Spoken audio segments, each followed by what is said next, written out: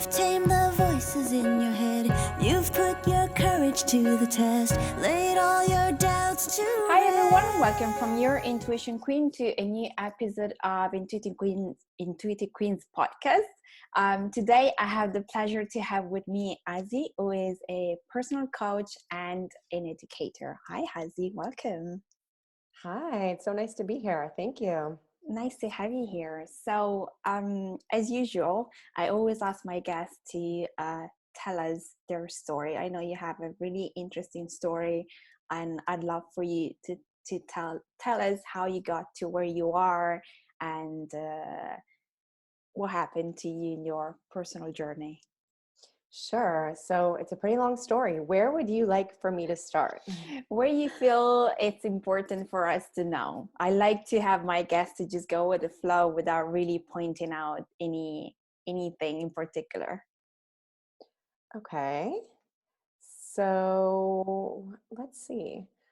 In terms of my story, I can backwards engineer a little bit. Right now, what I do in terms of my work is that I do coaching and I do teaching. And I really utilize a lot of different modalities, both in psychology and in spirituality, to help my clients live their best lives. And the truth is that when I look back over the course of the almost 40 years of my life, I can see that I've always really been passionate about helping people. And I think that is why I naturally gravitated towards education. Mm. So in terms of my journey, it's really been clear to me from the beginning that I love teaching, I love helping people, and this has really been the natural progression for me. All right. So, what I know you live in Israel. So last time we talked a lot about what comes with in terms of what people think, and you have a podcast about spirituality. How does that fit in the whole picture of the modern world now, and what the limiting beliefs at the time where them you might be carrying on with you? Sure, 100%. So in terms of my own spiritual journey, I was raised in a Jewish family, but predominantly in a secular society, meaning I went to public school. I had a lot of different friends, grew up in a pretty diverse crowd, had friends from all over the world, different backgrounds. And truly I was a minority growing up Jewish. Like I was the girl who came to school to give a Hanukkah presentation during the winter holiday season. And I would stand up and sing the Christmas songs. I would mouth the words. As much as I appreciated it and I thought it was beautiful, it wasn't my holiday. So I always felt connected to my own tradition, and yet very much connected to the world in general, people around me, and appreciating different cultures. So as time went on and I delved deeper into my own spiritual tradition, I found out that the traditions of my ancestors, I had really grown up thinking that traditional life was sort of extinct. It was something of the olden days. And growing up in this little surfer town in suburban California, I thought that I was living in a modern world where tradition was sort of antiquated and outdated. And we were in this like live and let live phase where we all sort of went with the flow and celebrated our national holidays and kind of let go of the olden days. As time went on and I moved to the big city and went to university and started, really branching out and meeting all different types of people, I discovered that my tradition really was alive and well. And that as much as my preconceived notions were that many of these traditions were antiquated, I found a really deep spiritual connection when I explored further. So my journey has led me across the world. I moved from California to Israel 5 years ago with my husband and children. We have 4 kids now. Wow. And it's really been a journey. It's really been a journey of crossing cultures and trying to maintain an open mind in terms of what it is that I want to do in this world. What do I want to be my legacy? What are the values that are important to me? And how am I going to ensure that those are carried forward? Right. So how did you, what is that thing that made you want to create this change in your life and follow this new understanding of your connection, as you said? Right. So there's actually an idea in Judaism, and I'm sure that this idea carries across other traditions as well, that we have an innate knowing within us. We have a really, really deep knowing of truth.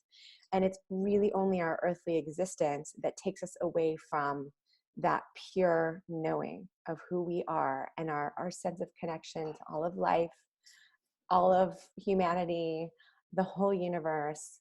And we have this balance, that we're living in balance between this like really deep sense of knowing and this really truthful sense of being, versus our physical reality that has wired us for survival, right? Has wired us in very intelligent ways so that we can survive and so that we can proliferate as human beings and exist in this world. So there's this real balance. And I think that when I look back over the course of my own life, as a child, I would like talk to the universe. I would talk to God. I knew at a very young age that God was not a being, that God was not, that like magical, mystical man in the sky. I knew that there was this deeper spirit. And I used to just have conversations with that. And through those conversations, I felt like I would get insight about my life, about what was important, about how not to get caught up in whatever dramas were going on, be it in social life at school or with friends or with family. Just a really deep sense that everything was okay, that this too shall pass, and real wisdom about how to stay connected with people, especially in times of like, say, teenagehood, when there's so much insecurity. And there's such a temptation for young teens to really prove who they are and do so at the expense of other people. I think that there was always something inside of me that compelled me toward friendliness and kindness, to reach out to people, even at my own expense, even at the expense of like my own popularity per se. So I think that in terms of like how I changed my life, I see my life as like a continuation of really like this search for truth and this constant return that I'm trying to do, in terms of like trying to return and stay connected to that spiritual part of me that I really believe exists within everybody. I completely agree with you on here. And I really like that the bit when you said that you talked to God and you had this inner knowing that there was a spirit and that everything was going to be okay. Because I think, as you mentioned, and I don't think it's just in teenage years, but even later on, depending on what happens to us, we tend to stick too much on the fear or the limiting beliefs, and everything becomes a bigger problem, when the reality is, if we just look inside ourselves, we can find a lot of answers and a lot of relief. So how did you, so this was like really advanced, because you were very young to really get this understanding of how life is.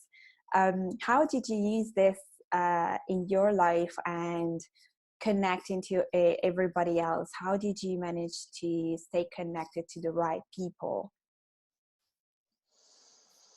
It's a really good question.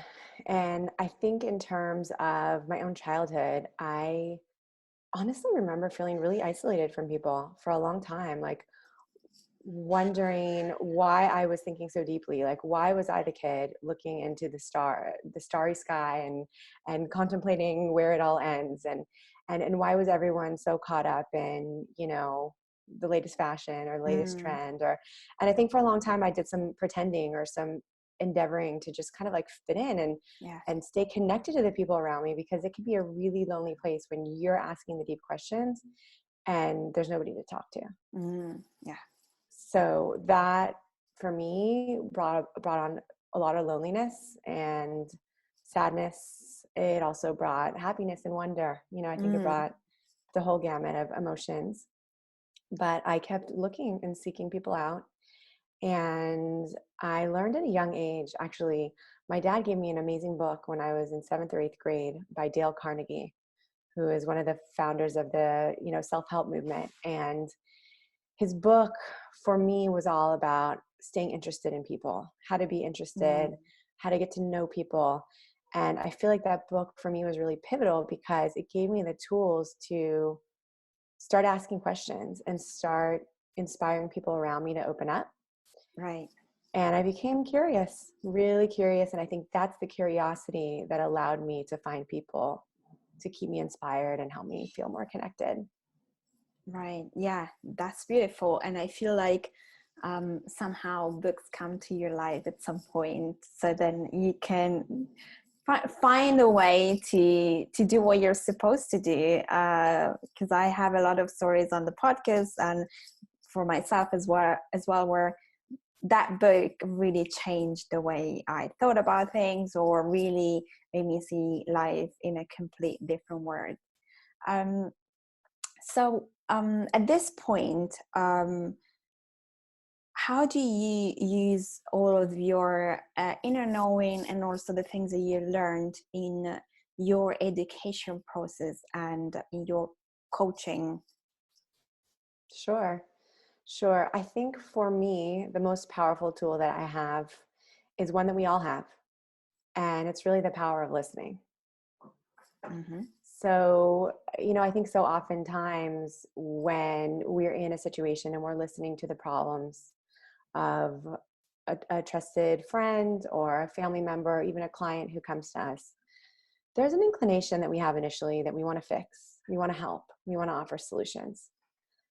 I believe that because there is a deep inner knowing, one of the most powerful things that I can actually do for someone is to create a space, simply to listen.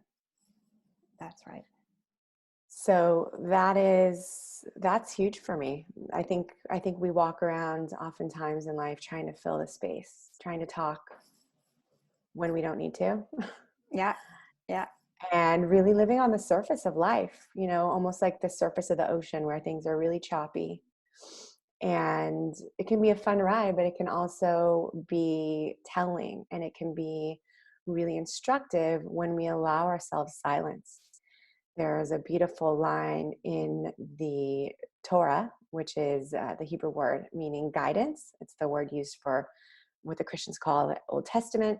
Essentially what it says is that silence makes a fool wise. Yeah, I agree. And I think there is people are scared to be, I think there is a misconception of needing the silence and needing the space to be by yourself and loneliness. People confuse that way too much, where if you stay by yourself, you're lonely and therefore you're sad and you're depressed, where really is you're just taking the time to understand what's going on with you and learn who you are, what you want, so then you can go out and connect to other people and do something for yourself or other people in the best way that you can. So I really like that you say this, because 100%. I really agree with you. I think there's a really big difference between alone and lonely. Yeah. And I do think that in the beginning of trying to make space for ourselves, it can be scary. It can be scary. I think one really huge principle for me that has been helpful in terms of growing in self-awareness has been the following idea. And I'll share it with you and I'll share it with the listeners because it's been so helpful for me.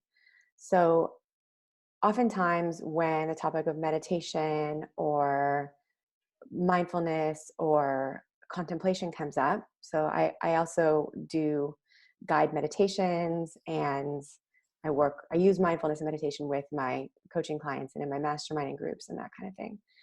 So what I like to share with them is that before we sit in silence, we need to understand that our minds, right, our brains, our physiological makeup churns out so many thoughts every single day. And it is literally not possible for us to consciously create those thoughts, right? They're simply there. We have so many inputs in our life, if you will. The people we come across in person, what we're seeing online, the media that is around us at all times, that our brain is processing an incredible amount of information. And it's only natural for us to have all kinds of thoughts. Yeah. Now, I think that freedom comes when we realize that we're not creating these thoughts. So a lot of people walk around with an incredible amount of guilt for the thoughts that they have. Perhaps it's someone who feels like a bad parent because they're so angry with their child. They have all sorts of thoughts about, not wanting to see their child, for example, or someone who is, I could give you so many examples. We can have all sorts of thoughts that cross our minds on any given day. Yeah. The second we realize that a thought is simply a thought, and many of our thoughts are so unconscious that they're almost self-generated, right? So if we can remove ourselves from our thoughts, and if we can stop judging ourselves for the thoughts that we're noticing, we can relax. Yeah. This is a really important point, because we tend to judge ourselves more than we judge other things and other people. We are so critical towards ourselves, and the way we talk to ourselves is what really attract that things we don't want, because what we say to ourselves is exactly what we put out in the world.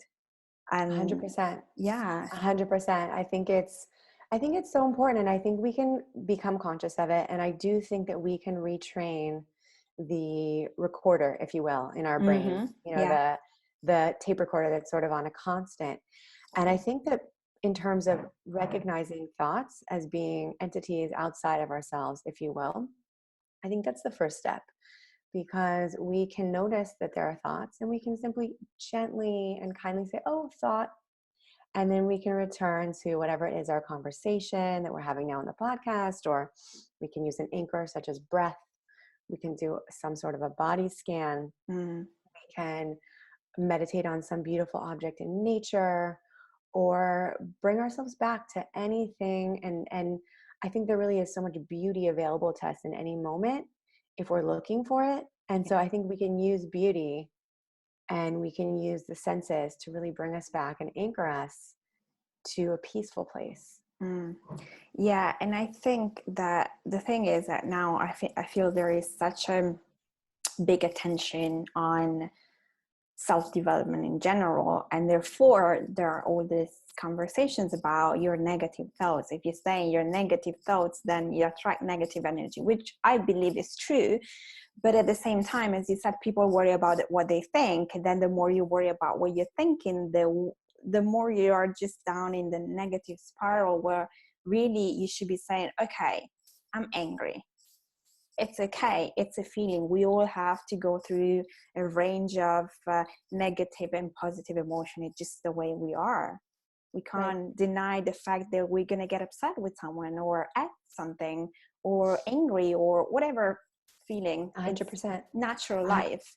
100%. 100%. I think that's really at the core of a mindfulness practice, in terms of recognizing something's coming up for me right now, and I'm having say an aversion to whatever is going on around me. Say, I'll give you a really basic example. Someone's stuck in traffic, right? They can notice how physiologically they're responding to that instance, and they can do so without reacting. Really, we don't have to react. I think there's a really big difference between noticing a feeling or a sensation and reacting to it, right? Just because we notice the sensations we associate with anger coming up for us, we don't have to respond or react with anger. We can notice, and we can allow, and we can make a thoughtful choice about what to do next. Yeah, I completely agree. And at this point, well, since you said that, I think it would be really appropriate to maybe just give a couple of tips on how you can do this. Absolutely. So I think that for me, so much of mindfulness and spirituality and personal growth comes down to this essential core of realizing that we have a part of us that transcends everything physical about us, everything physiological about us, emotional about us, intellectual about us. There is something deeper. Mm-hmm. There's a stillness, there's a connectivity with all of humanity, with all of life, and with whatever it is that has created us, right? There's so much in this world that we cannot understand. Yeah. And I think once we surrender to that awesomeness and we recognize that we're a part of something so vast, we can use that knowing in any moment to remember that there's a bigger picture. Yeah. Right? So I might feel like I'm stuck in traffic right now and I'm stressed, or I might feel genuinely, forget the day to day, but like genuinely at a loss or in grief of having lost a loved one or a broken relationship, or, you know, people go through really hard times, and there is no belittling that. I mean, life is a wild ride. Yeah. And I think that if we can ground ourselves in remembering that this too shall pass, whether it's something little like the traffic or something really big, that we need to take our time to grieve, right? So just because I'm grieving now or I'm sad now doesn't mean I'm going to be sad forever, but I'm going to make the space for myself to be with what is. And remember that this is a part of a bigger picture and that things can change, right? Yeah. I think oftentimes when people get stuck between, you know, the sadness and the depression, say, for example, is by believing that it's forever, by losing hope. There's a bigger picture. And I think the more that we can learn to remind ourselves of that, to anchor ourselves to that, and it can be done in a number of different ways. You know, one thing that I like to share with people, and I'll teach you this as well, is that there's a beautiful teaching in the book of Genesis about when humanity was created. Okay. And there's an idea in the Kabbalah and the mystical sources that the very first being that was created was actually a composite. It was this combination of every soul that would ever come into being in all of existence. And the soul of that being, right? So you were there, I was there, we were all there. The soul of our collective being was blown into us by our Creator. So what's so beautiful is that the word for breath in Hebrew is nishima. Okay, it's called nishima. The word for soul in Hebrew is neshama. Very So similar. essentially, the exact same, it has the exact same root. So Hebrew words are made from roots, and it has the exact same root, breath and soul. And so what I like to do in any given moment is to ground myself with a breath, to sense my breath physically, to sense how am I breathing naturally? Am I breathing slowly, quickly? What does my body feel like? And can I tune into my breath? And the answer is always yes. We always can. We don't have to step away and sit on a mountaintop to meditate for weeks. We can exactly. tune into Luckily. we can tune into our breath, right? At any moment. So you can do it now. Our listeners can do it now. Yeah. And just sense our breath. We can slow down. And we can remind ourselves with that breath that there is a piece of me that is deeply connected to all of time and all of space. And I'm a soul. And right now I'm having a bodily experience and it's real and I'm going to acknowledge it. And I'm also going to acknowledge what's deeper. Oh my God, I love this, Azi. It's so beautiful. And I had no idea, but I love that they, breath and soul come from the same root of Hebrew. I had no idea, but I feel it's so true. Because I personally, when I think about soul, I do feel it's some sort of similar to the breath, just more something lighter, something more colorful. That's how I see it because I love colors and stuff. But I do see the connection in even in the way it is. Yeah, no, I think it's so beautiful and it's so true. I love this. I'm so happy. I wrote about it. Actually, I wrote in my book, the very first insight, I wrote a book of 50 different insights. And the very first one is about breath because it's so fundamental and it's so available to each one of us. And I also see it as colorful. You know, I think that breath brings so much color and life to us, even. Yeah, Right? yeah. Okay. Um, so much we are talking about now. I need to see what I want to ask you. Sure. Take your time. Well, you have talked about your book, so I feel this is kind of like the next question that makes sense. What is your book about, and who is it for? Sure. So the book that I wrote is called Beyond All Things: Insights to Awaken Joy, Purpose, and Spiritual Connection. And initially, when I wrote the book, I did so because I was at this juncture where I was looking back over the course of my journey. And I was sitting here in my home in Israel 3.5 years ago and realizing that I am living this life of seclusion in a certain way. I'm here and I'm with my family and I'm living my life and I'm feeling really deeply spiritually connected, but I'm feeling a bit disconnected from my, say, younger self, right? Mm. And I think that what I realized was that there are these collection of insights. There are different lessons that I've learned over the course of my life and on my spiritual journey that I found, by coming to Israel, by reading books in Hebrew, by really staying on this search for happiness and connection. And I just wanted to make it accessible for other people. So I started writing, and because I live in Israel and because I've sort of been in my subculture for so long, I had to do a lot of work in terms of making the book accessible to people around the world. So I had all kinds of people read it. I mean, I had a woman in South Africa who's an atheist. She read my book, and my Christian pastor friend. And I really wanted to take the universal elements of what I've learned, because I believe that there's so much of spirituality that is accessible and can help anyone. Yeah. And, I have to be honest with you, I understand why people leave religion. And in many cases, it makes total sense to me. And I also understand why people choose it. But it's a personal decision. And so what I wanted to do and what I felt strongly about was taking what I've learned and packaging it up and sharing it. And that's what I did. So. Oh, I love this. And I like that you touched upon why people leave religion and why people choose it. Because I feel that if you're open-minded enough, then you can stay in a religion, but be open to everybody else as a different religion or doesn't believe in something. But if you feel like, and I say probably this from my personal experience, I'm Italian, so obviously I was born in a Catholic country where there are rules that I feel were based on the old days that not necessarily apply to the modern world and the modern way of thinking and of being.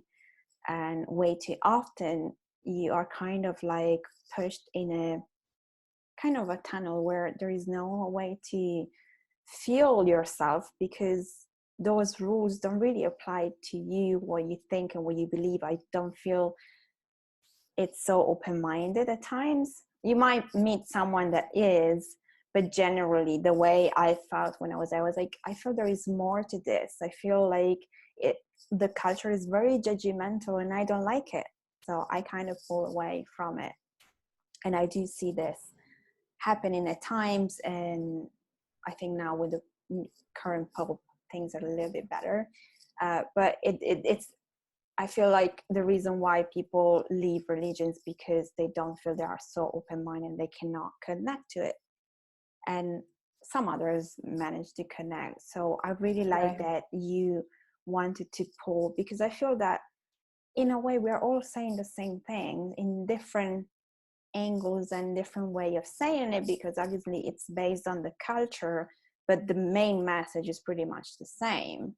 And then you apply in the way it feels right to you, but really we're all saying the same thing. We're all interconnected, and we are all, there is some sort of source, however you want to call it, that kind of guides you towards the right path, or you are guided somehow and you just have to connect to yourself to connect to whatever thing that you feel is resonating with you. I hear that. I think that rules can be really challenging. And I think that they can also, on some level, we want to coexist, right? Yeah. We want to live in a peaceful world. And so in my mind, I feel like we're on this journey collectively as a people to get to know each other again, right? We have an opportunity for the first time in history to be connected pretty soon to everyone around the globe. The internet's becoming more widely available in so many different places, and it's only progressing. And I think that if we can humble ourselves enough to realize that we haven't figured it out yet, right? That no one person has all the answers. There's actually a beautiful Buddhist proverb, and they say something along the lines of, "I'm pointing to the moon, and you're looking at my finger." Yeah. Right. So really, I think that in terms of spirituality, there's a huge component of humility that's going to be necessary for us to get to know each other again globally in terms of humanity, and figure out, like, how are we going to stop killing each other? Exactly. Yes. Yeah. Tolerance and kindness, whatever it is that you believe in, it doesn't matter, as long as they're based on the basic values of love. Yeah. I think that we can use that value of love and friendliness to transform this world. And between us and everyone else listening, I think that women are going to play a really, really strong role in making that happen. Yes, as I say, we are rising up, and we need to get together to help as many people as possible. And this is what both of us are doing, and a lot of people are doing. So I feel like you, this is the right time to do that. Absolutely. 100%. I'm so with you. Yeah. Ooh, I love this conversation. All right. I just want to ask you a little bit more what you do with your coaching. What are your clients, and what exactly do you help them with? Sure. So I think that in terms of my coaching, the number one thing that I want to impart upon my clients is that their beliefs are driving their lives. Okay. Their beliefs are driving their lives. So I'll give you a few examples. I work with my clients. I work one-on-one with a few clients. I only take a few clients at a time because I really put a lot of my heart and soul into the one-on-one work. It takes a lot from me. It gives me a lot, but I am very, very focused on it. So I'll give you an example from a one-on-one. I'm working with a young man who has had a difficult life. He struggled in school. He has certain strengths, and he's had a lot of different challenges. And over time, as his life progressed, he came to view himself in a really negative way, meaning he wasn't sure what his strengths were anymore. He went through a school system that really questioned his abilities. And as much as he was creative and he was, a builder, and he could engineer things, he was being judged and graded in school according to the rubric that the school had created. And he wasn't doing well, and he was trying, and he was really, really running up against walls. And so over time, what happened, it started to affect his self-image. And he started to question himself. What can I do in this world? Am I ever going to be able to support myself? How am I going to support a family? Am I ever even going to be able to get married? And he became really anxious socially, and he's had bouts of depression and mental health issues. And so essentially what I do is I help retrain him in terms of, where is he placing his focus? Right. We are wired with something called a negativity bias. We are all wired to look at the negative in life. Why? Because intelligently, we want to fix things. We want to change things. We want to improve things, update things. It's a beautiful, beautiful thing. But if we're only focused on where we failed, where we missed the mark, where we're not good enough, it becomes an emotional experience for us. Yeah. And we are going to walk around with a ton of bricks on our shoulders. If we can learn to shift our focus, the world opens up, possibilities open up. Yeah. And I have been working with him, and I'm telling you, the shifts were like seismic. Like just within the first 2 weeks, he wasn't sure if he could get a job. And so I set a date with him that we were going to sit down and we are going to work on his resume. And before I even sat down with him the next week with my computer to write the resume, he had already gotten himself a job. Amazing. He had gotten himself a job. Why? Because he had one person who believed that he could do it. Yeah. And I set a date to write his work resume, so he believed that he could get a job, and it just happened. Yeah. So he's working, he's doing great at his new job. And the next step is working on relationships. He's in his 20s and he's getting ready to start dating, and he needs to learn how to believe that he can be, you know, a good partner and provide for his family, and, you know, all these really important things. And we'll see. That's the next step. So, you know, we work really on, I don't even want to say transforming our beliefs, but really just noticing. Yeah. Yeah. The ones that we might not. Yeah. Be noticing so often. And I like that you touch upon the fact that he has nobody. I feel like a lot of people don't have the right support net.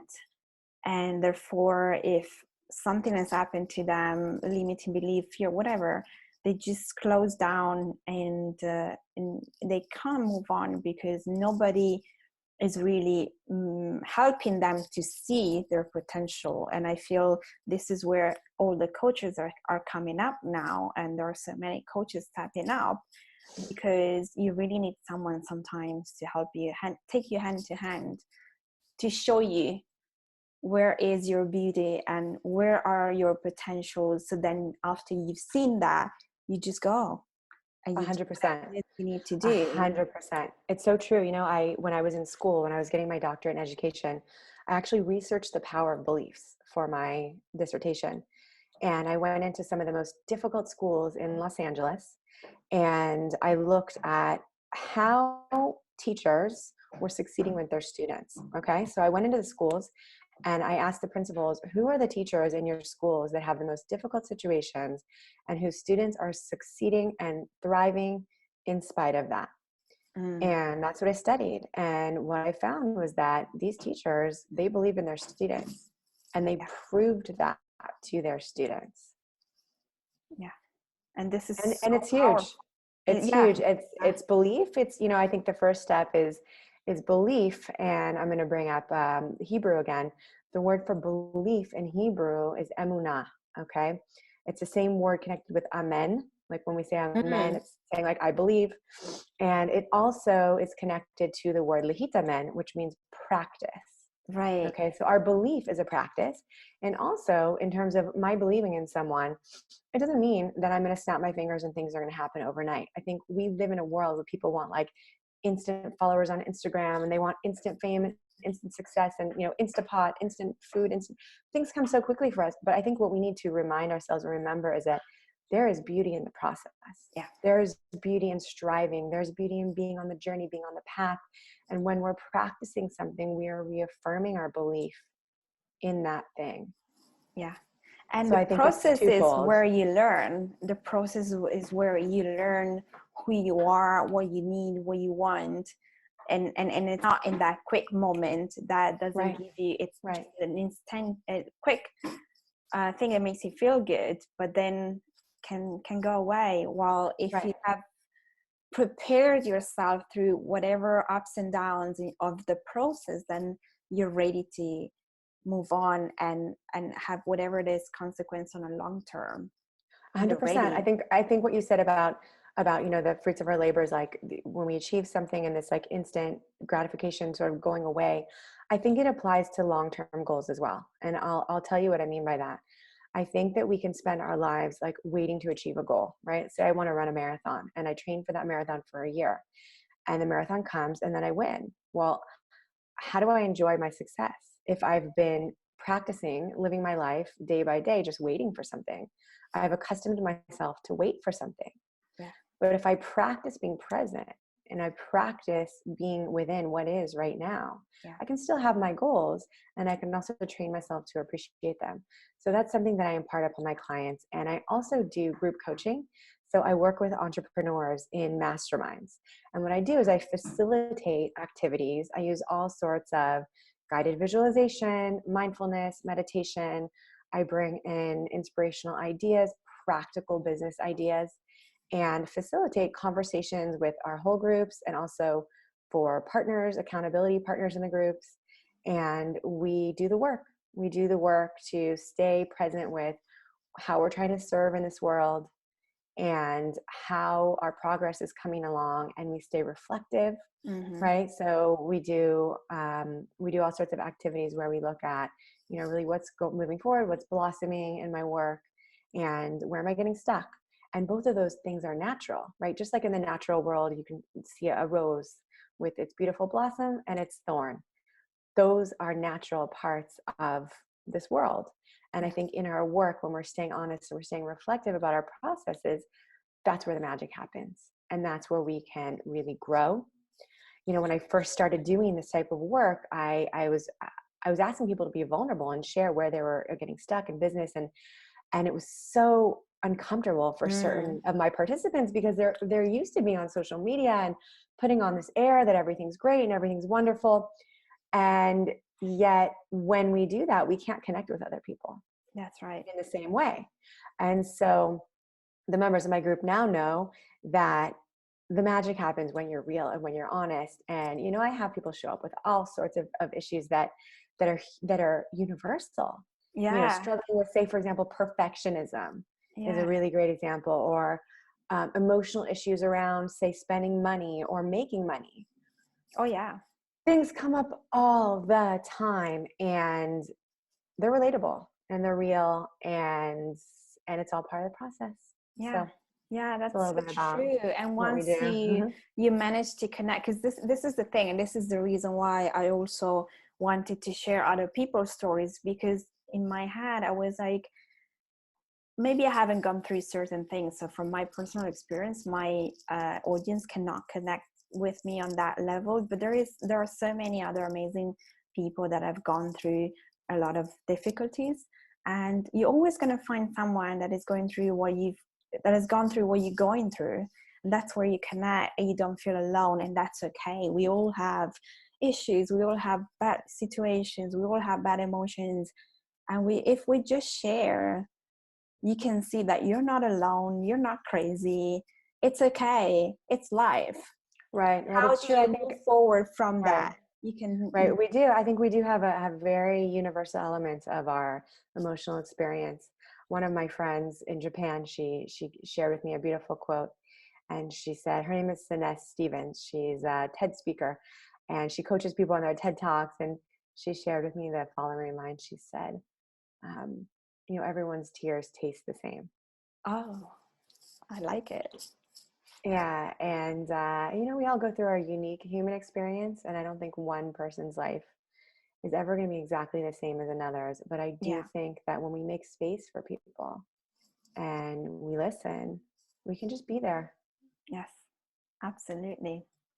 Yeah. Okay, I'd love to talk to you more, but I know we need to wrap up. So I'd love for you to tell us where we can find you if anybody wants to get in touch with you, work with you, and just follow you on. 100%. Sure. So I'm all over the place on the internet. My website is drazi.co. So that's drazi.co. And I update it regularly. I do all sorts of things. I have my book. You can definitely check out my book. It's on my website. And what's the name of your book again? It's called Beyond All Things. Okay. So it's on my website. It's available on Amazon. And I do have my podcast. My podcast is called Within Us. And I also have recorded meditations online. My meditations are available freely on the Insight Timer free meditation app, Insight Timer. And what else do I do, Mara? I do so many other things.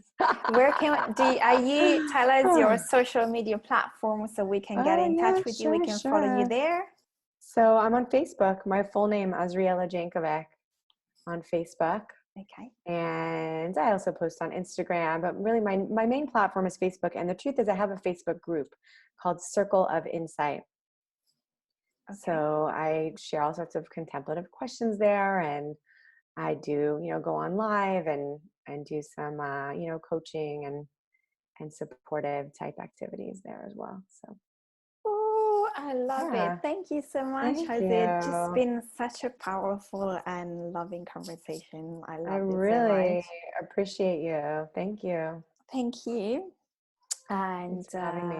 yeah, thank you so much for being here, Azi. And I hope you love this episode as much as I love talking to Azi. And you do get in touch, do follow her. She gave us so many beautiful tips. And yeah, if you love this episode, please do not forget to subscribe, share, leave us some comments and stars. And yeah, I hope you really liked it because I loved it. Anyway, if you want to get in touch with me, as you know, I have a free consultation that you can have with me if you just go to my website, theintuitionqueen.com, or you can find a link on the notes, on the show notes, and also you can follow me on Instagram, The Intuition Queen, and Facebook. You can find me on LinkedIn, Mara Marchesi, and everything is going to be on the show notes for you to check. I also have a free guide where you can download from my website. It's called 7 Ways to Use Your Intuition to feel more confident in your career. And there are some questions and exercises that will help you to connect a little bit more with yourself and with your intuition. It's something that you have, your creativity is there. And for me, it's really important that your self, your creative side and your intuitive side get connected, because there are one interconnects to each other. Once you connect to that part of yourself, I can tell you a lot of opportunities will open up for you. So my wish for you is to really find your own potential, your own power, really understand who you are and how you can support yourself in the best way in your life. But really, my passion for you is to find your purpose, because I know what it means. Like I found mine, and I keep on having amazing confirmation that I'm in the right path and I'm doing the right thing. And your life just gets so much better, like in all areas of your life. So if you feel drawn to understand a little bit more about you, and you want to get to understand what is your path, what is your purpose, what is that thing that will give you joy and that will also spread around the rest of your life, please do get in touch. It's a free consultation, and it's about 30, 40 minutes, depending on what's going on. And in that conversation, we will look at where you are at, where you want to go. And if you don't know, it's okay. We're just going to have a conversation on what is it that is going on and how I can support you and how I can help you to connect to yourself more, to your intuition, and feel better and see how you can move on. All right, then. Well, thank you so much for following, for listening, for commenting, and for messaging me. I really appreciate all of you. And I'll see you next week. Ciao. Your future's at the door.